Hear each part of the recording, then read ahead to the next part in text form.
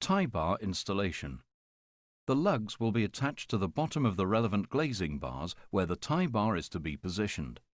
3 lengths of threaded tie bar rod and 3 lengths of conduit to cover the rod are supplied with each 3-way tie bar.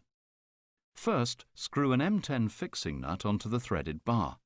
Insert the threaded bar through the pre-drilled hole in the ridge centre. At this stage, it's a good time to fit the ridge undercladding with the tie bar rod fitted in place. Thread the vertical tie bar conduit over the threaded bar and insert into the hole in the internal ridge cover.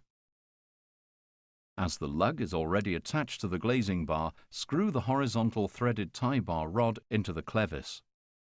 Once the rod has been attached to the clevis can be fixed to the lug with the M10 nut and bolt. Attach both tie bar rods on the left and right sides of the conservatory in this way. With the vertical tie bar rod and the 2 horizontal tie bar rods in place, raise them all together towards the centre and thread the ends of the tie bar rods through the holes in the 3-way tie bar centre boss. Check the horizontal tie bar rods for level before tightening the M10 tie bar centre boss locking nuts fully.